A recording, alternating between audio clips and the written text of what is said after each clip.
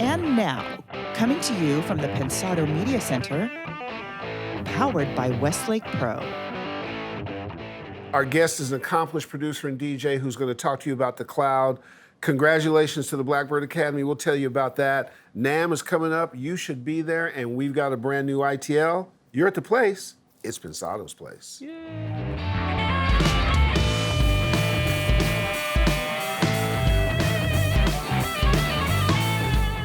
Hey everybody, thanks for dropping by. It's that time. NAMM. That's all you have to say is NAMM. NAMM. Should we get to it? Yo, you guys know how much I love NAMM. Yes. NAMM's here. Yes. Can I go leave now? Yeah, exactly. As Dave said, exciting times. NAMM is coming up. But first we want to say hello to you. Hope your audio week was really good, and next week will be even better. Also, hello to our incredible sponsors. They are the Blackbird Academy, Westlake Pro, Avid, DTS, Fab Factory, Lander, Studio 202 DC, and Recording Connection. Thanks for all that you do. Yeah, absolutely. A lot going on, including this incredible sweepstakes that Avid and Isotope put together. You see the information right here. Make sure you enter. There's going to be winners each week. And if you want to win, enter the URL right here. Please. Go right there and make sure you get in there. We've got 4 weeks of running this thing. Good prizes. It's going to be good stuff for you. Also, NAMM coming up. Ooh. All we can say is that it excites us, and we're probably as excited this year as anything. Yeah. Look at the schedule of our shows. See that? Thursday, Friday, Saturday, winners at the Avid booth all. Then we got a big old party over at the Audionamics and Westlake Pro booth later. It's also going to be our 300th episode, and we're going to party a little bit on that. 300? 300. And guess who's never missed an episode? Me and you, boy. I know. Absolutely, man. And that's because of you. So please join us at NAMM. It's going to be fun. You can learn. You can experience gear. You can meet your professionals. You can meet your heroes. You can improve your career. There's nothing but good things that come from going to NAMM. So we want to see you there. And please come up and say hello to us. We want to see you. Please. Pack it in and be there. We have a very proud moment that we want to share, right? About education is a big thing to us. Yeah, You want to tell them about it? Well, we have sponsors for the show, but more than that, they become good friends and family, and we care, and we really care. Mm-hmm. And a great thing happened for John McBride and the Blackbird Academy. Mm-hmm. So as Dave said, one of our family members had a very prestigious award. The listing of the top 10 audio schools by one of the most prestigious organizations to list that came out. And of the top 10 schools, number 2 was the Blackbird Academy. And we just couldn't be prouder.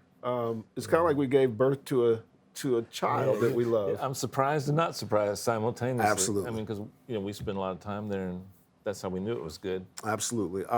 Look, we have other friends on that list. Berkeley, great friends. Belmont, we've spoken at. MTSU, and there's other great schools.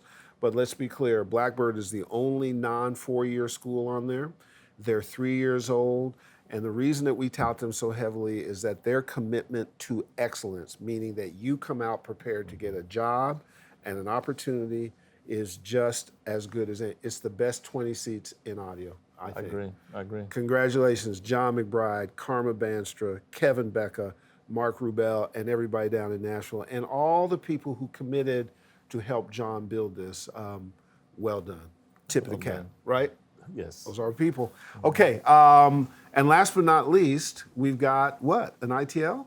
We've got a brand new ITL, and it ties into the show, right? Kind of a little new thing for us. Mm-hmm. Send me your feedback on that. We wanted to do a little bit deeper dive on some of the things we were talking about with Greg, so we brought in a buddy of ours. Mm-hmm. I think you're going to enjoy it. Check it out. Cool. Let's roll it.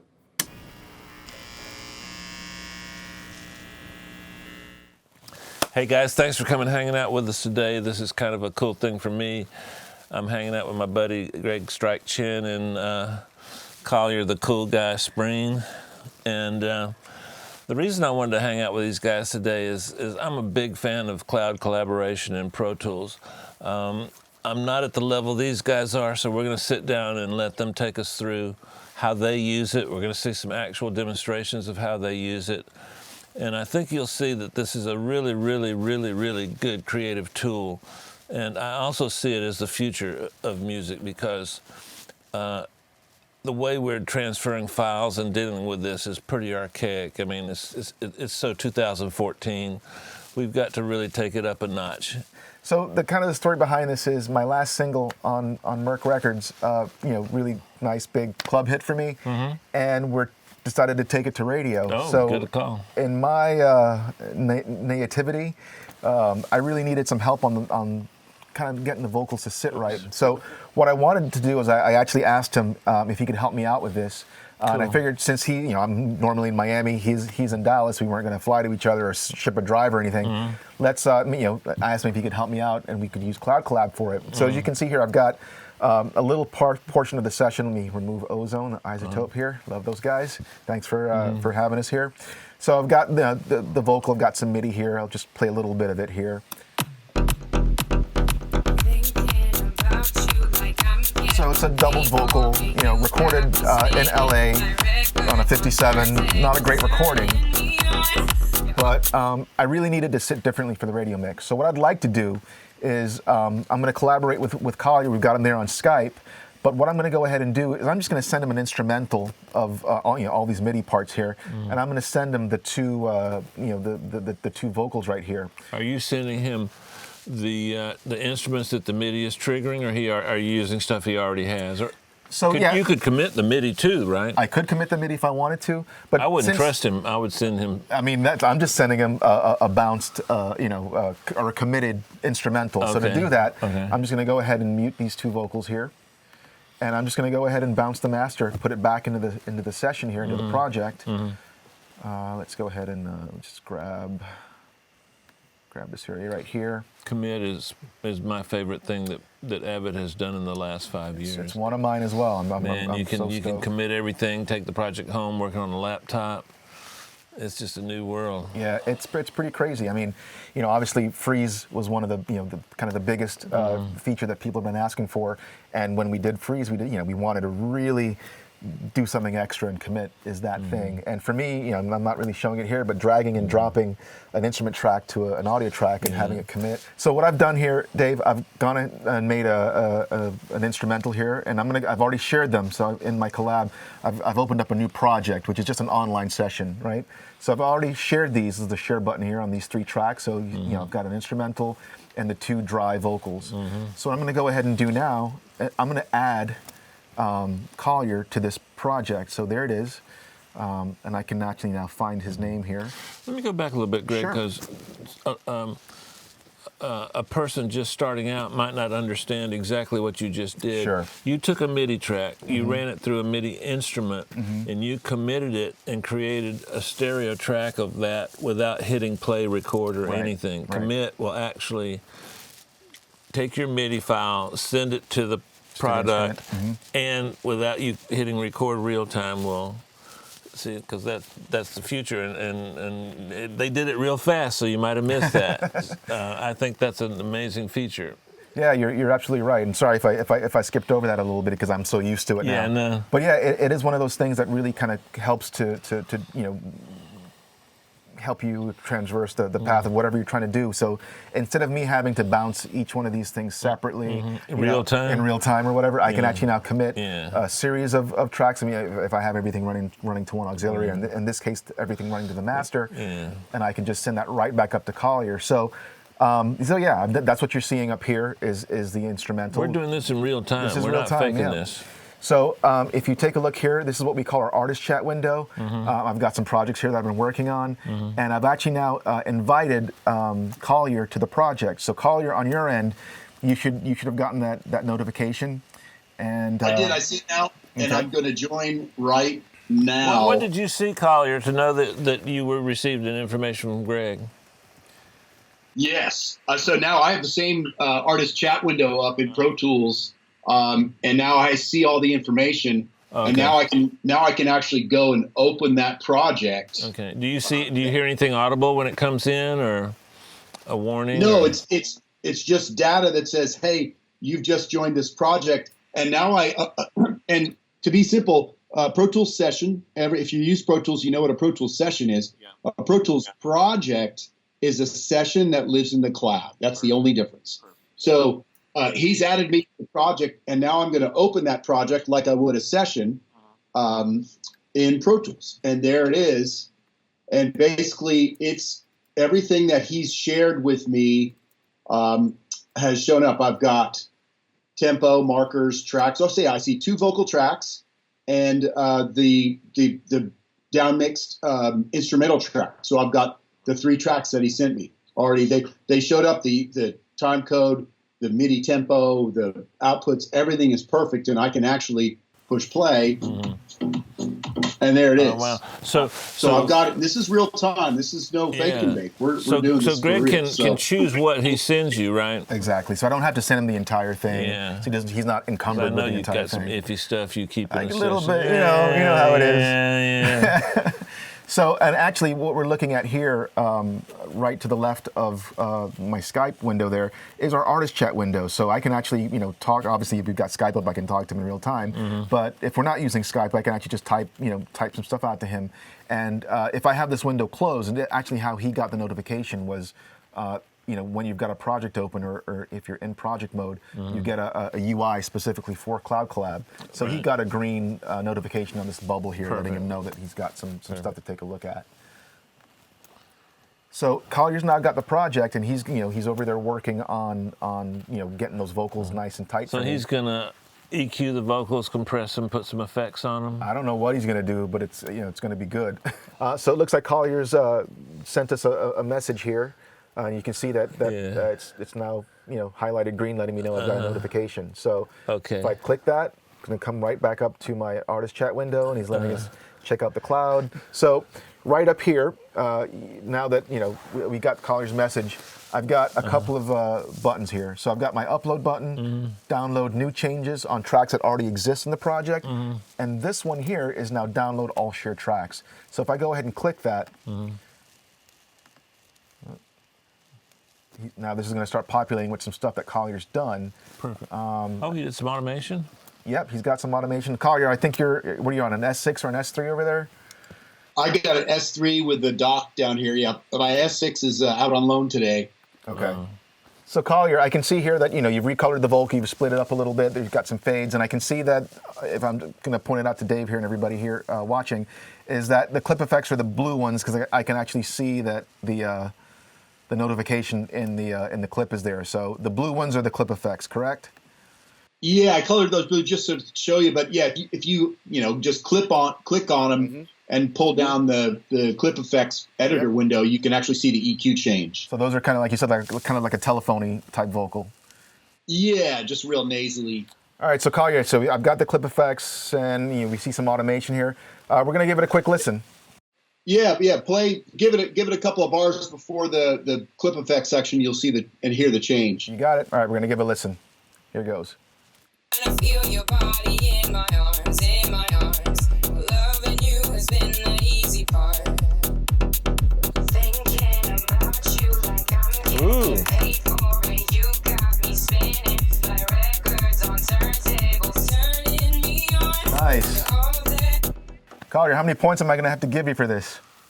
Half, one is fine. Amazing. Damn, good job, Collier. I like the. What did you use to make that telephone radio effect? It's actually part of the clip effects EQ, which is it's the same algorithm as the channel strip, but it just lives up at the top of the edit page. So when Greg gets that particular effect, if he doesn't like it or wants to alter it, it's very easy to do. Yeah. And you just grab it and tweak it, and he can bypass it or anything. It's just like clip gain, except it's actually effects, filter EQ, and dynamic. So I can even send it back to him. So if I went and made a change here, so maybe I wanted to maybe it was a little bit too much on the mids, bring it down a little bit, and then I can now upload that change back to Collier. So cool. I'm gonna talk with Greg. All right. What do you think? Like I do some projects where say the client is in another country, in another state. Would it be easier for me to mix through a cloud collaboration chain as opposed to having them send me the session, I mix it, send it back? what's the program that you can listen to mixes real time called? Anyway. Oh, yeah. Sorry. Yeah.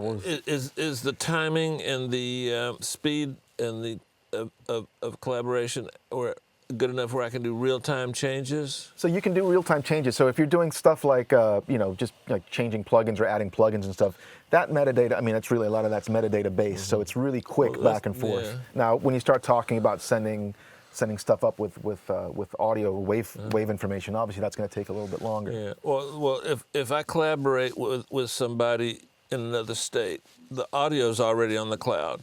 So let's say they tell me, Dave, I love the vocal, but can you do X? And so I do X, and I send them. I don't have to send the audio. I send the data. Just the data, just the changes are being sent and up. then that would have to be quicker than printing it, Yeah, emailing absolutely. it, and all that stuff. So it would be a very useful tool in terms of, to use a term I've never used before, but for me to collaborate with the client. Yeah, sure. And I think the idea there, I mean, you're seeing Collier do it right now. Once he sends his change back, it's going to come up pretty much instantaneously. So I don't have to wait. It better be good. It better be. No pressure, Collier. I did my thing. I had a part I was playing with earlier because I heard the track and I bred it up. I used the machine to do a little quick MIDI program thing and throw some just for the back part. But I'll say here comes the Ace track. Okay. Back with my cheese whiz on it.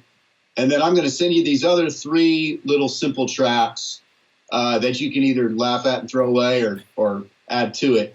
I'll do the laughing. And- Yeah, you do that, Dave. I got to work with him still. Okay. Me too, actually. All right, so the stuff's already coming down, and I can see that I've got some changes here to pull down. So I'm going to go ahead and hit download all new changes. Now, if I just wanted the changes on the A synth, I can actually just select that one by itself. But I'll just go ahead and grab everything here. Okay. And then we'll see what he did here on Ace in a second. So everything's coming down now, and here we go. So all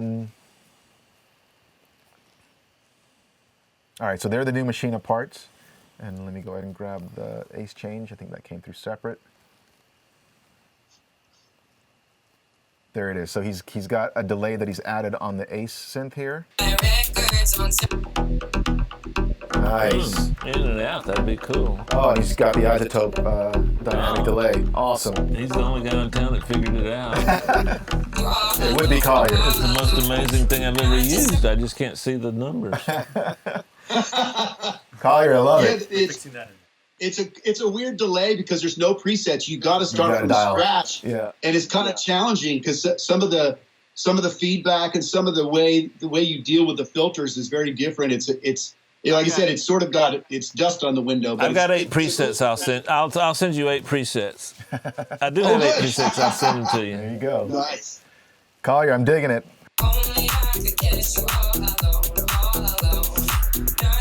Ooh, I like the reverse from the Machinist clip. And now he really does want publishing. Well, let's take this thing home. And Collier, from your perspective, give me like a 30-second synopsis of how you feel it's helped your creativity. Well, when I first heard about it, I was sort of skeptical. It's like, well, it's okay. Technically, not having to import and export stuff is just, it's so much faster, so much simpler. But that part I kind of figured. But when I started collabing with other guys, including Greg, I realized, man, this is a great way to work because Greg can work in the middle of the night. I can wake up the next morning and pull down his tracks and go, wow, it's inspiring. So you can work at your pace when you want to, whether it's simultaneously or not, because you're literally working on the same session. So you're really spitballing, and you can throw any idea up at the cloud, and it goes to them almost instantly. It's obviously not real time, but it's so quickly you can really throw ideas back and forth quicker than you can rewind to 24 tracks. So for me, it's a new way of collaborating. That's 30 seconds. Especially if they can't be in the same room or if you can't get together. I'm going to wind this up by saying there's a cottage industry that we don't really know about, and it's great session players. Tim Pierce, you send him the greatest guitar player ever. one of the greatest, and you send him a session, he plays his parts and send it back. This is a godsend for that world. John Willis in Nashville. There's a lot of great session players that I can't afford to hire. That's how good they are. And then you got to get the studio that they work in. They have great studios at home. You can get live drum kits. Live drummers do it, as opposed to dead drummers. And it's limitless what you can do with this, and that's just another cottage industry that I think is going to be an outgrowth of this. Take care, guys. Check it out.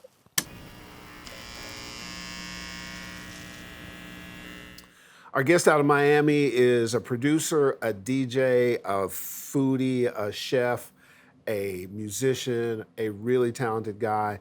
He also happens to train for certain folks, and Dave happens to heckle him every time he Well, trains. not officially. I mean, It's support or heckling or something. It's support. Support. So you know how. So whenever Dave says he's going to support you, be prepared. No, Greg's a longtime friend. Longtime friend. We love him. We were in Boston with him at Isotope's Mastering Studios. There's another one in the series. Please enjoy our discussion with Greg Stryke Chin.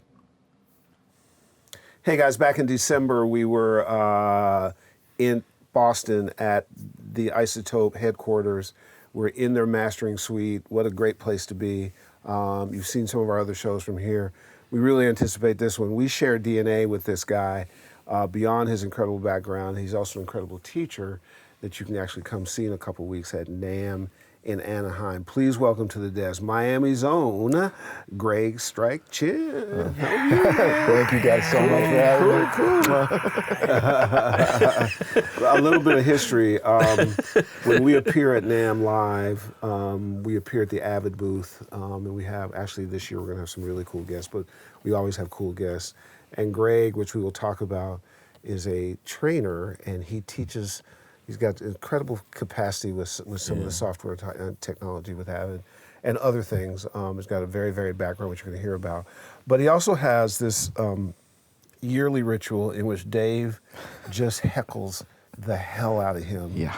And It's random. It's not a ritual. It's random. It's turned into part of his training thing. So he now incorporates the heckling into it and shows how you can roll 2K off of that and do different things He with edits this. me out. He's an editor. Yeah, he edits does. me He out. does. In real time, that's hard to do. He's an old friend, huh?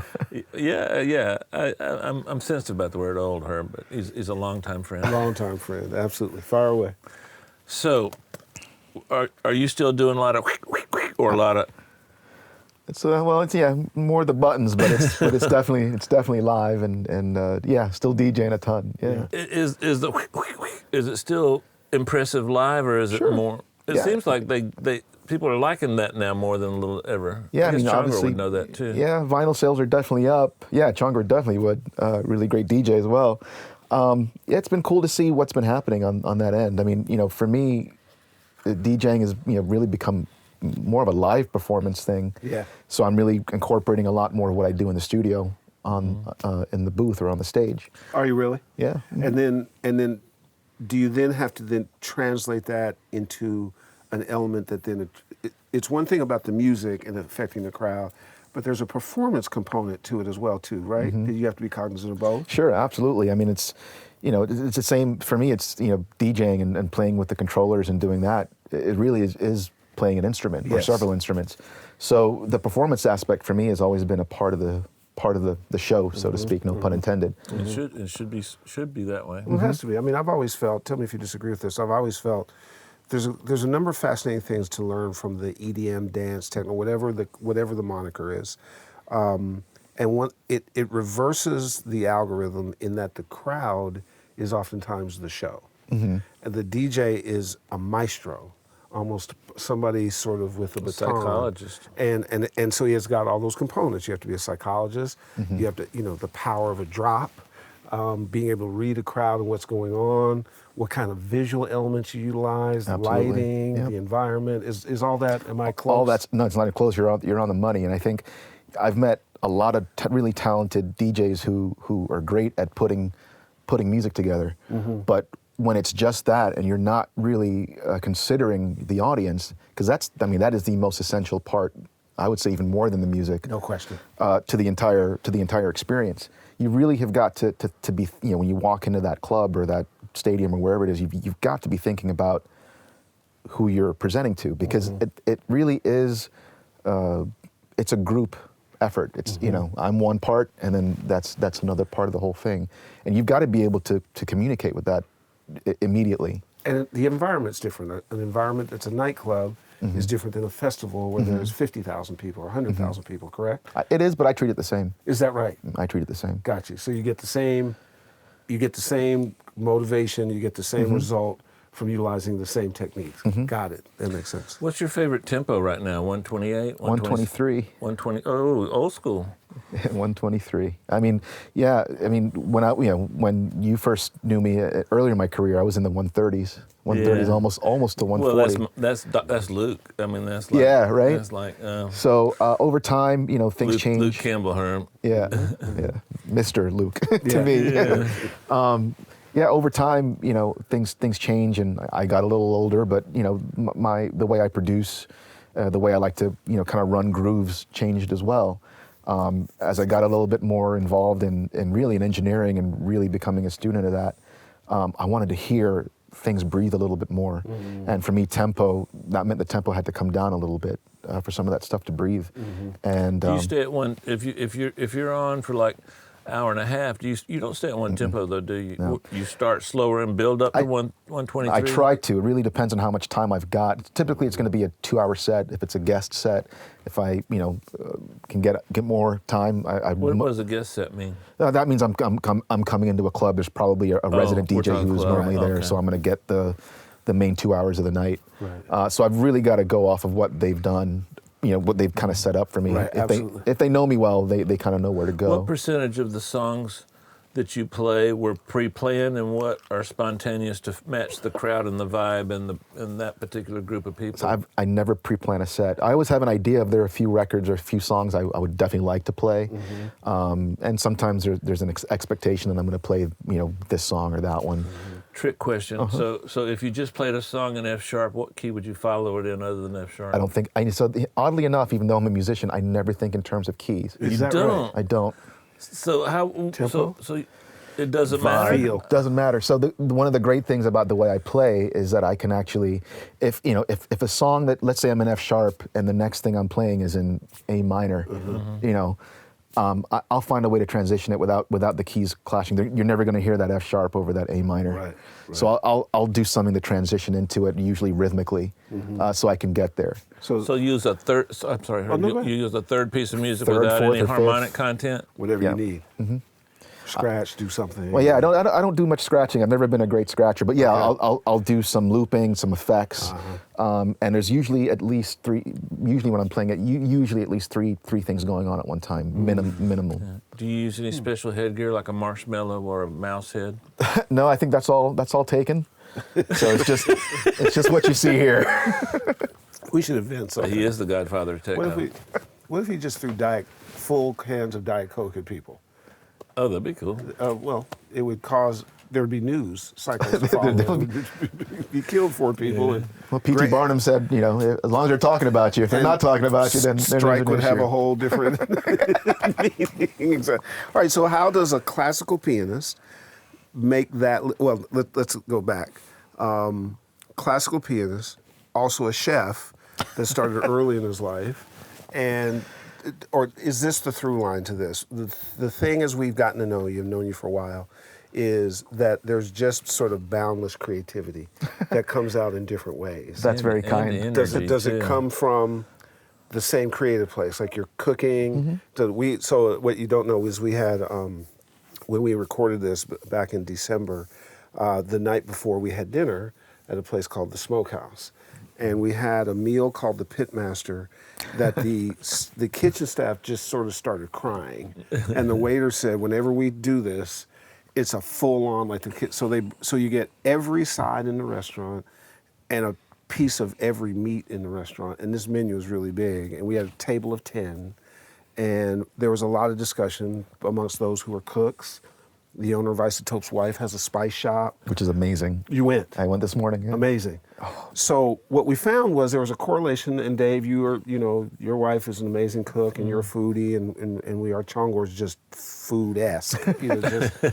So the idea that was amazing was that the correlation from a creative standpoint between a chef and cooking and musicians, and how that was similar. Give us your take on that. Yeah, as somebody who is that. It's for me. It was never, before the big push on chefs, being the current rock stars, which I love.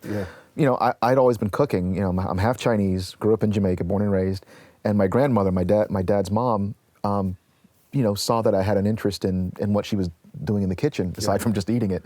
So at age 9, she started teaching me how to cook.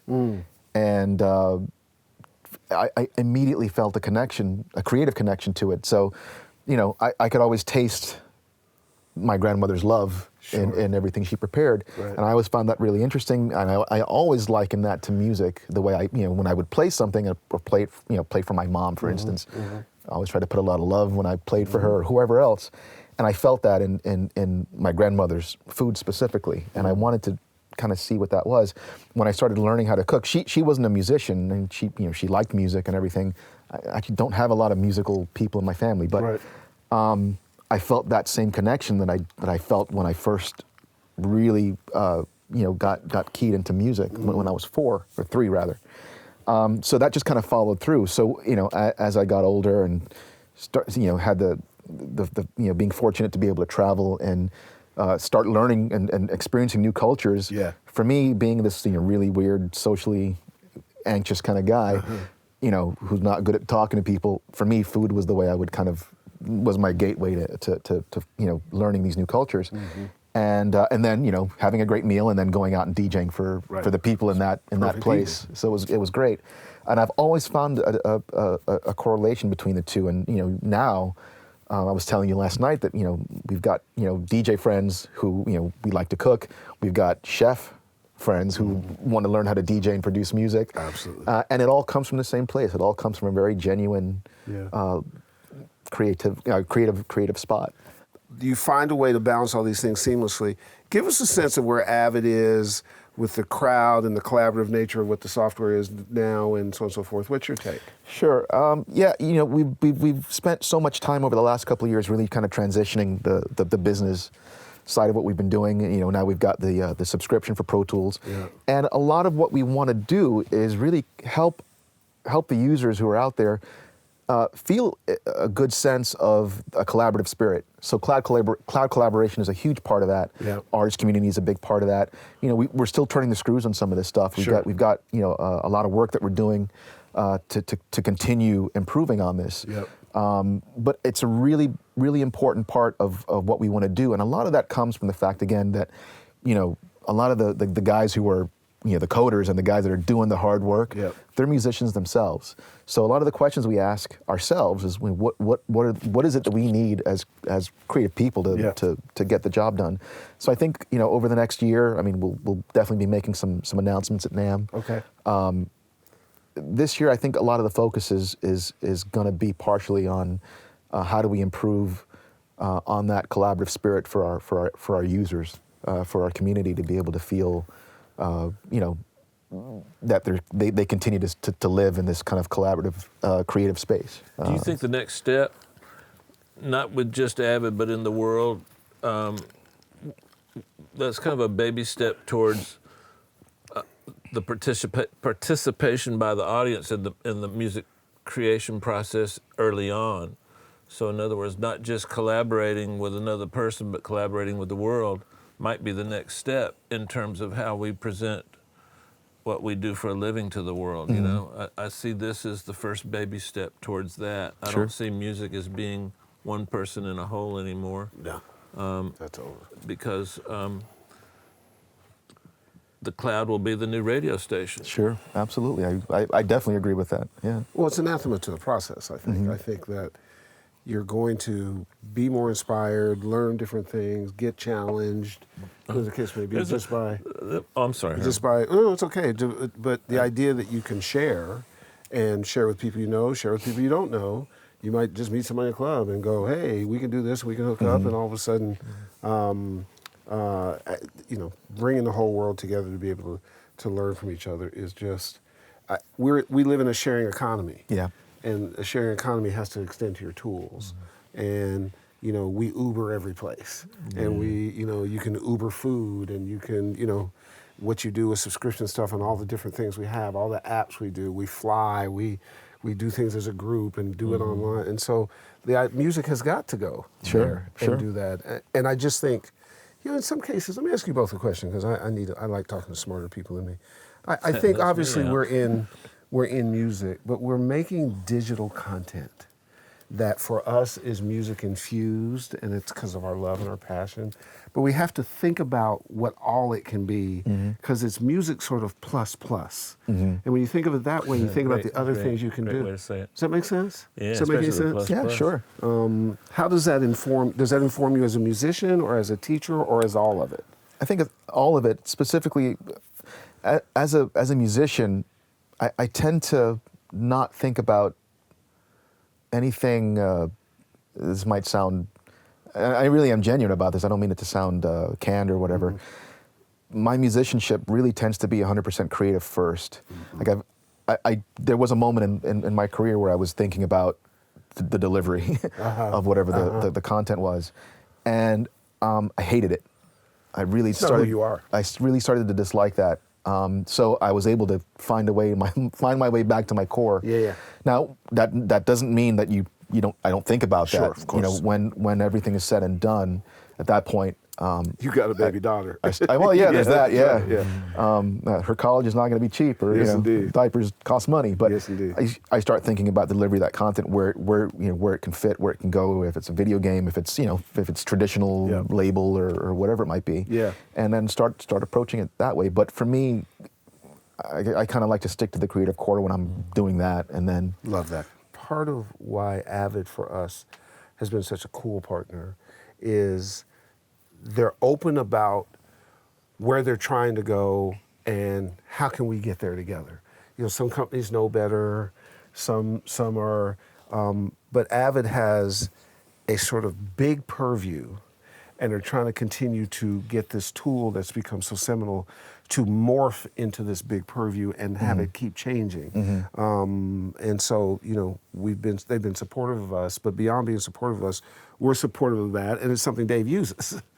You're a Pro Tools guy. Yeah, not just that, but if you want to use the tools that the guys that make the records you love use, you got to use Pro Tools. Now, there's other DAWs that have elements of the creative process that maybe they do, and that's a personal thing, and I'm not in that space, so you can decide for yourself how good Avid is for that, or Pro Tools. But I've been with Pro Tools since the early 90s. It wasn't called Pro Tools then. I made a lot of money with it because it just works, and not even taking into account the sonics of it. If I was racing a car, I don't want to think about shifting gears and all that. And when I'm being creative, I don't want to think about the tools. I just want them to work. Yeah. And I can work. I run Pro Tools blindfolded. You too. I've seen you do it. The Miami scene. You're from there, seen it evolve, amazing. It is amazing. I mean, like any other scene, anybody from a specific scene, they're going to tell you the good and the bad. Sure. I mean, we've had our ups and downs, and I think we're in a really great spot right now. It's been really wonderful to see, what's happening on so many different levels and so many different genres. And it's just awesome to be a part of that, Are there factors that sort of made it coalesce into where it is now? Is it like some huge success of people? Is it influx of folks? Is it a number of things? So, yeah, I think it's a number of things. I mean, I think one is just we're Miami. I mean, we're our own country in a sense. Right. Yep. There's just a mixture of so many different cultures, and then there's an influx of people that come in for like Winter Music Conference, for instance. Right. I mean, so there's just we've got some really great rooms still. I mean, obviously we know that studios have been closing all around Sure. the country. Miami's no exception, but we still have some really great rooms, big and small. There is a definite community of people, and even though the genres might be separate, you always you see this overlap. Yeah. And I love seeing that. I mean, I mixed a record for my brother-in-law, Oscar G, and the vocalist he used was, she was a Latin artist, and she's on this house record, and then she ends up winning her first Latin Grammy last year, and it was just that very community, and we were also very, very supportive of that, and then using percussionists, and it's just one of the things I think first and foremost is that there's a pretty open and very proud local music community, and we do tend to support each other. I mean, of course, like anywhere else, there's going to be infighting, and which is stupid or whatever. Politics are everywhere. Yeah, which is ridiculous, but it's a part of the beast. But generally, I think we've got a really good sense of respect for each other and what everybody else is doing. Wide range of genres coming out there. Yeah, I mean, we've even got. I mean, we've got, obviously, the rap thing and the hip hop thing has always been really big. Dance music is now, huge there. I mean, I'm really happy to be a techno kid from Miami. Sure. I love to be able to say that. Yeah. So you're saying you've been doing it for quite a while? I have been doing it for quite a while. Like a person that's doing something with a bit of age involved, that could be called a what? Old. Okay. I know where you're going with this, Dave. The Miami for me, and tell me if I'm wrong, it always had its own spot in the dance world, and there's times when it's been at the leading, maybe excluding Ibiza or something, but it's always been at the top, and you always look to Miami for the new things. And I always, as a South Florida boy, I always was a homer thinking that the influence from the Caribbean and the Cuban rhythms 100%.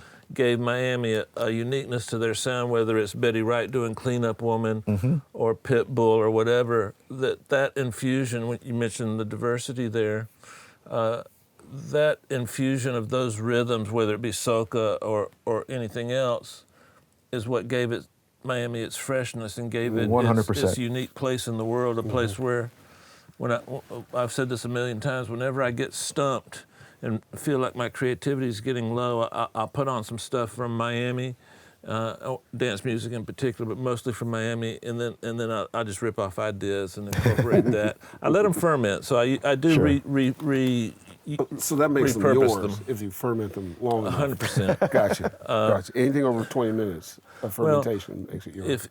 If you steal something from someone and you sell less records, then you've Greg. stolen Sorry, it. I apologize. If you steal something from someone and sell more records, then you've been heavily influenced by them. Heavily influenced Got by. it. So that's the distinction. That's a rule. Cool. Yeah. Okay. All right. Hey, look at that, it's legal. Well, I'm worried about Chongor now. When he commits a crime, did I do it or was he heavily influenced? Well, you got to by make sure you sell more records than the other person, and then you He's exhibiting some of those behaviors. You revive their career. You do a lot of Help them things.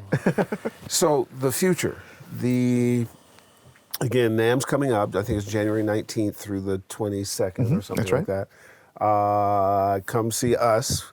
We're gonna have some very cool guests. But you also want to see Greg and what he does in terms of the way you train and what you focus on. Now I'm making the assumption that they have you doing it again. I'll be there. Yeah. Okay, cool.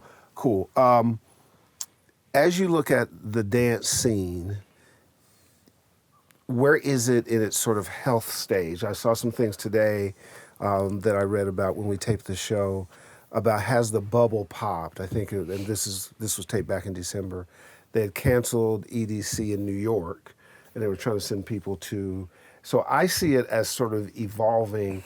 And sometimes when there's heat, you can go too big, and it kind of has to settle back to a place. Now that's my take. Am I? No, you're right. I think that the one thing with dance music or electronic music, whatever the term is in your EDM, whatever. I'm a techno and a house guy, but the one thing I've always loved about this form of music is that it always finds a way to stay relevant and do its thing, and it's an organic thing for electronic music. So as big as it might get in the big festivals, and that's fine. I think that's great. If people are out there enjoying music and taking it in and being a part of the experience, that's awesome. Yeah. I'm of the belief that I don't know about the bubble bursting. I mean, things change and things progress, and sometimes some things have to go away for other things to kind of come through. That's right. So I think that's kind of what we're seeing now. I mean, when business becomes involved, there becomes specific expectations, and there were certain expectations for certain things to happen. Yeah. Some of those happened, some of those didn't. That's right. But that's okay. I mean, I'm an underground guy. So on the underground, we continue churning and we just continue doing what we need to do. And then that stuff, eventually makes its way up. And then we continue churning and doing some other stuff. And to me, that's kind of the beauty. I mean, there are other genres that do that too.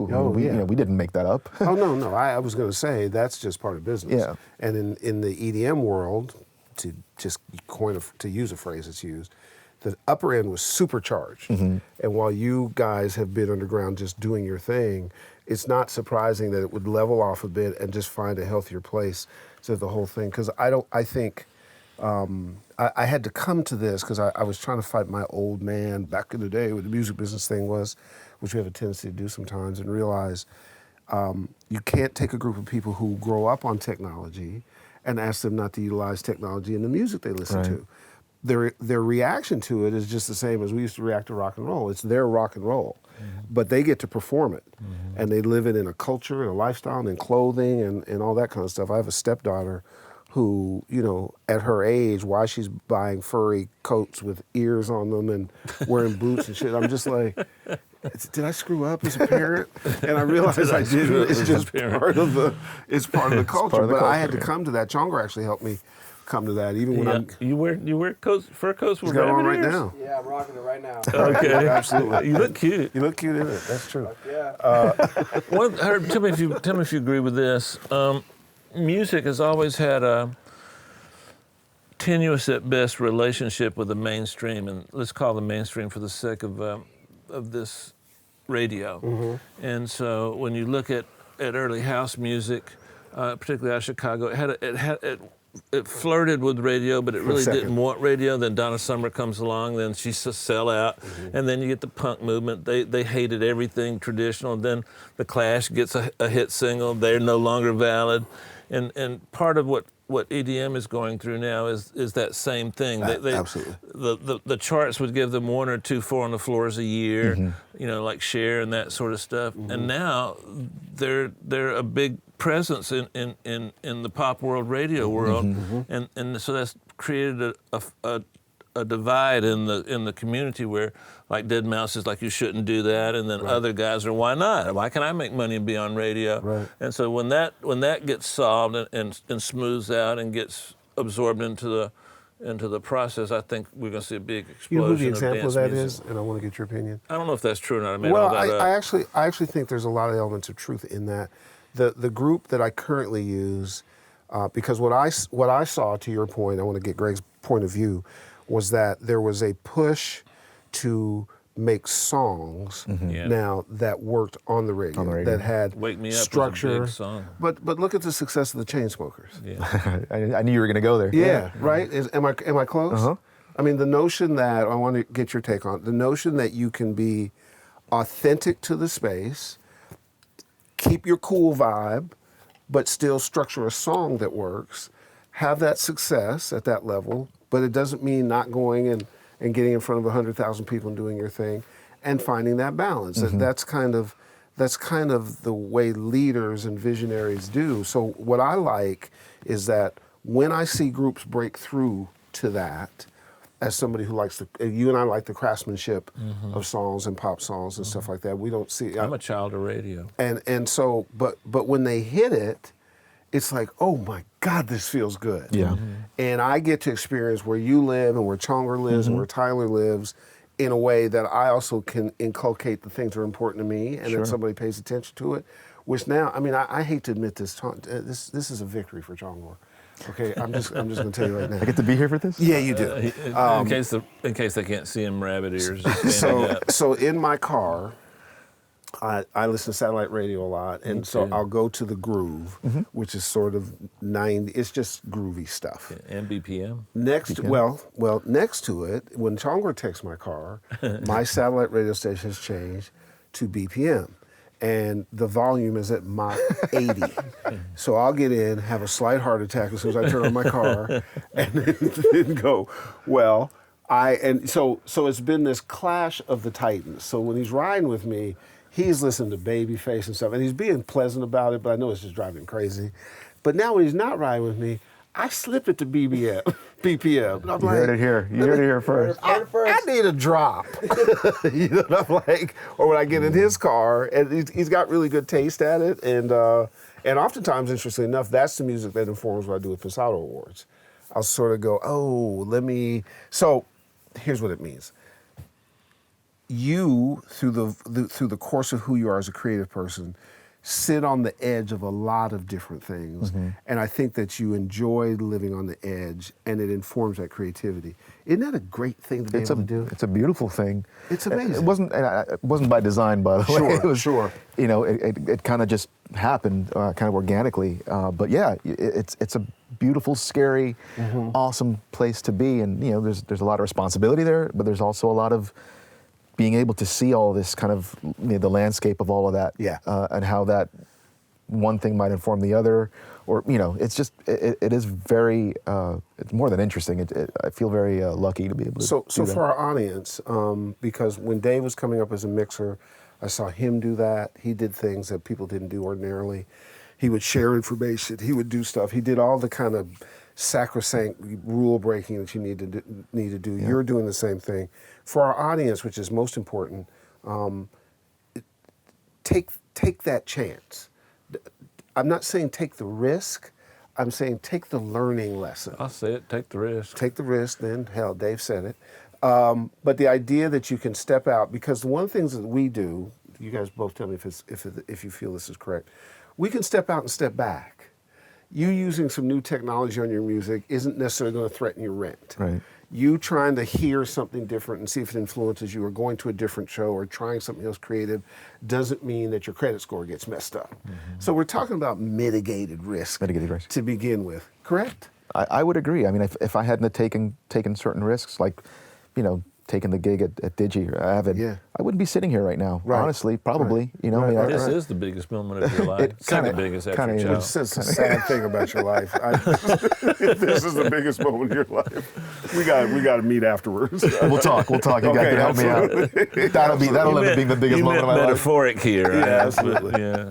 My ego translated it to this microcosm. But I think as we're sharing, and I think Avid software speaks to that now. So if you can get with a group and learn from the group and utilize the tools with the group, and you know, as we sit here in Isotope stuff and the kind of interesting things that they do, and you get to try all these different things, and if you don't, you do a great metaphor about it's not about your tools, it's about the house that you build. Right, and but being a builder who knows how to utilize a saw and a hammer. A good carpenter. Watch him use his tools. Yeah, and he can do a whole Loves bunch his of things, and that's what both you And you guys take do. care of 'em, yeah. Well, both you guys just have this capacity for, because I think it's about hunger, There's a lot of that in there. right? Can I just? I mean, you guys can edit this out later, but you know, I just need to let you both know, how what an honor this is for me to be here. But you guys have both informed me, you know, and taught me without even being in the room at different stages in my career. You know, a lot of the when I first started DJing, a lot of the records that you had, you know, executive produced and were in charge of, were in my record box, and there were a lot of those records were records that taught me how to read a room and how to know when to play certain records. So I'm really thankful for that, and it's an honor and pleasure to know you. Our pleasure. And Dave, you know, growing up, when I first started really being, now you're trying to turn me into Godfather. Yeah, well, yeah, it is what it is. Whoa! It is what it is. Deal with it, brother. Okay. You know, when I first started really becoming young, cognizant of lay the it on art of mixing, you know, and that really being a part of the creative process. Thanks, man. A lot of your records, I mean, some of the Belle Biv DeVoe stuff, Oh, man. for instance, Man. even though I wasn't playing that genre, they were important reference points to be able to get really good sonic mixes that would translate on the dance floor, but that anybody could, you know, if it was something someone was going to listen to in a cassette in their car, was going to translate as well. Where a lot of, you know, I got made fun of a lot, but We all did. it paid off for me in the end, and I'm really, I've always been just so thankful for both of you and the ways you guys have been a very important part of my upbringing. That's humbling. Thanks for saying It that. is, I appreciate it. and what you guys should know, and you guys out there should know, is that for whatever it is that we get, it's because you guys inspire us. It wasn't, Dave gets the Medal of Courage award because he didn't have to sign on to this crazy ass experiment.